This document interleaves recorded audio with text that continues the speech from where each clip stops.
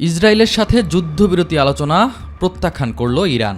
আগে প্রতিশোধ, পরে যুদ্ধবিরতির আলোচনা, এমন মন্তব্য করেছে ইরান। দেশটি বলেছে, ইসরায়েল তাদের উপর প্রথম যে হামলা চালিয়েছে, আগে সেটির প্রতিশোধ নেবে তারা। এছাড়া ইসরায়েলের হামলা চালাতে থাকলে তারা কোনো আলোচনায় বসবে না। একনল হ্যান্ড ওয়াশ 100% প্যারাবেন ফ্রি, তাই নিরাপদ হাতের জন্য আস্থা রাখুন একনলে। 15 জুন রয়টার্সের এক প্রতিবেদনে বলা হয়, ইরান মধ্যস্থতাকারী দেশ ওমান এবং কাতারকে জানিয়েছে, ইসরায়েলি হামলা চলাকালীন তারা কোনো ধরনের যুদ্ধবিরতির আলোচনায় আগ্রহী নয়।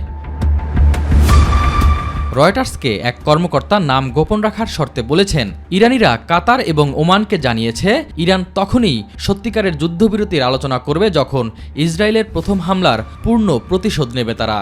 এদিকে ওই কর্মকর্তা রয়টার্সকে বলেছেন, ইরান ওমান ও কাতারের কাছে যুদ্ধবিরতি এবং পারমাণবিক আলোচনা পুনরায় শুরু করার জন্য মার্কিন যুক্তরাষ্ট্রের সাথে যোগাযোগের আবেদন করেছে বলে যে তথ্য জানানো হয়েছে তা সম্পূর্ণ মিথ্যা। তবে ইরানের পররাষ্ট্র মন্ত্রণালয় রয়টার্সের মন্তব্যের অনুরোধের জবাব দেয়নি। কাতারের পররাষ্ট্র মন্ত্রণালয় বা ওমানের তথ্য মন্ত্রণালয়ও সাড়া দেয়নি। এস এম আরিফ, মাই টিভি।